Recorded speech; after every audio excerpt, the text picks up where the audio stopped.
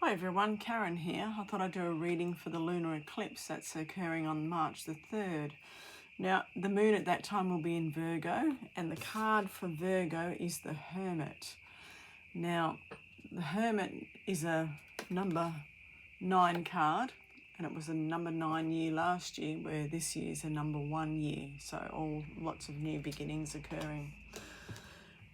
So I've picked a couple of cards for that day. Now, one card that came up is the Six of Cups and also the Eight of Swords. Now, another thing that's occurring at the moment is Mercury is retrograde. Now, no wonder, at the moment the moon is in Virgo, and the Hermit being the card for last year, a number 9 year. So with things coming back, when Mercury is in retrograde, it doesn't actually travel backwards, but it shifts a little bit into a previous sign, and then it sort of moves forward. The card that's come up which reflects that is the Six of Cups, which is all about reminiscing, old things coming up. Reminiscing about the past, and sometimes we can get stuck with the reminiscing part of it. I mean, it's good to have memories, but sometimes the memories can sort of put us into spiraling portals of the past, and we find that we're repeating patterns when we really don't need to. So it's always a good thing to sort of have a look and see what's coming in your mind. See what you're reflecting on and why you're reflecting on it, and as long as it doesn't sort of tie you up or sort of keep you in the past, going over an old irritation or an old argument or an old issue, sometimes those issues are best just left in the past. I mean, you have dealt with them in the past, and it's always good to sort of leave them there so you don't get sort of stuck on that wheel, going through that cycle again, because it is quite frustrating. You think, well, I thought I've dealt with this. Sometimes we do have to go through cycles again because there's things we still need to clean up, but sometimes we do put ourselves back in that cycle for whatever reason we do, whether it's an unconscious urge that we sort of put ourselves back there, or it's a feeling that, I really feel I should go and apologize to that person, or I feel I need to, help this person out because I feel guilty. Sometimes it's those emotions that do come in, or we can't say no. Sometimes we feel that we have to, do something because we don't want to say no to a certain person. And those are the things that keep us, tied up. Now, as I said, the Six of Cups is about reminiscing the past coming up, looking at childhood ways, looking at when things were very innocent and we didn't feel guarded in what we said or what we did. As you can see, the guard walking away. So we're not sort of being overshadowed by something. There is a lot of innocence there, giving and receiving. Smelling the flowers, taking time out to just appreciate what is being given. I mean, with kids, when they give things, they don't even have the expectation, oh, well, if I give you this, I'll get something back. But the Six of Cups is that kind of an energy where it's, give and take for just because, it's innocent. It makes me feel good, and I'll give you this because I like you, Now we've got the Eight of Swords. Now the Eight of Swords, as you can see, she's standing in a puddle of water, which is a consciousness. Her eyes are tied up, a blindfold on. There's just a thin tape around her chest area where her heart is. Her foot is in the consciousness, so she's either stepping into part of her subconscious, or also, you know, stepping into a bit of an intuition, trying to work a way out of it. Because sometimes these mental cages, these mental traps, has a lot to do with our subconscious, you know, what we hide in there, what we store away in there.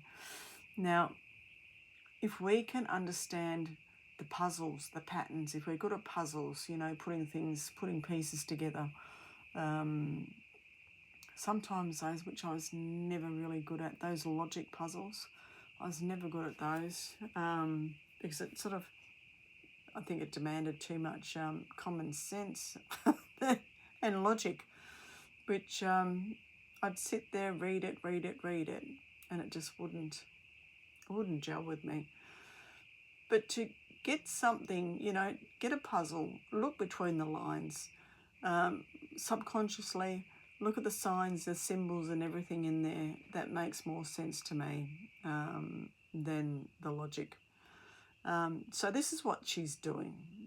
She's got her foot in her, she's using her intuition as well, intuition and going into the subconscious and trying to work out how she can move away from this mental cage that she's in. And a word and a card that's been coming up for me a lot this week is called embodiment. As you can see, this man sort of draped in nature. So he's embodying the, you know, nature. He's feeling like he's smelling it. His eyes are closed. He's feeling nature. He's smelling nature. He feels at one with nature.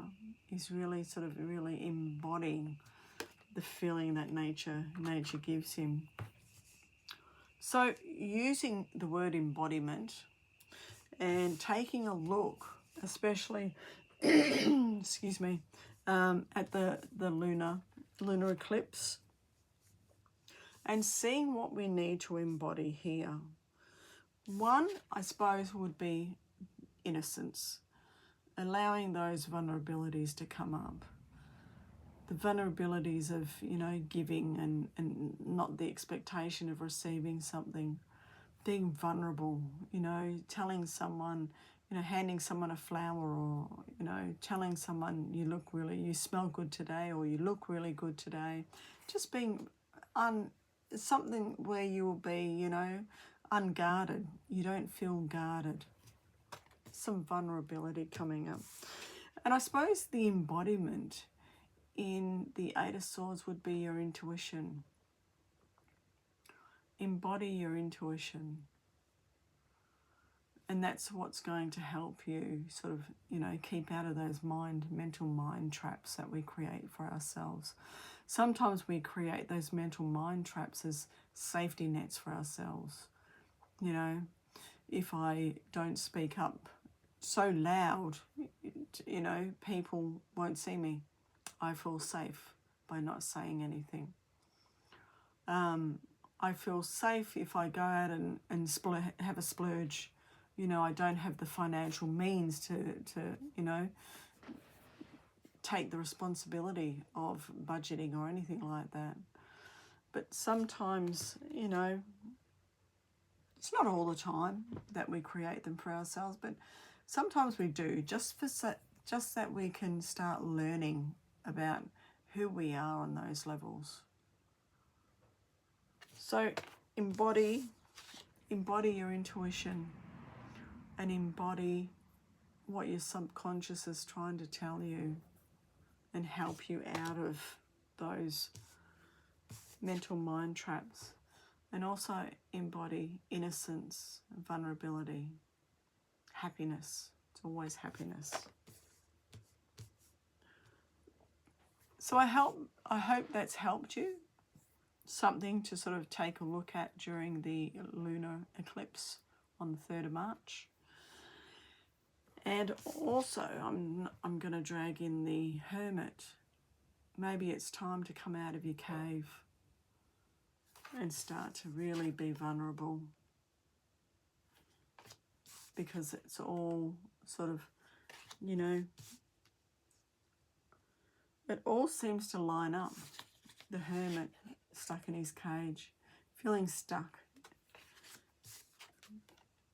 and also sort of coming out and enjoying life.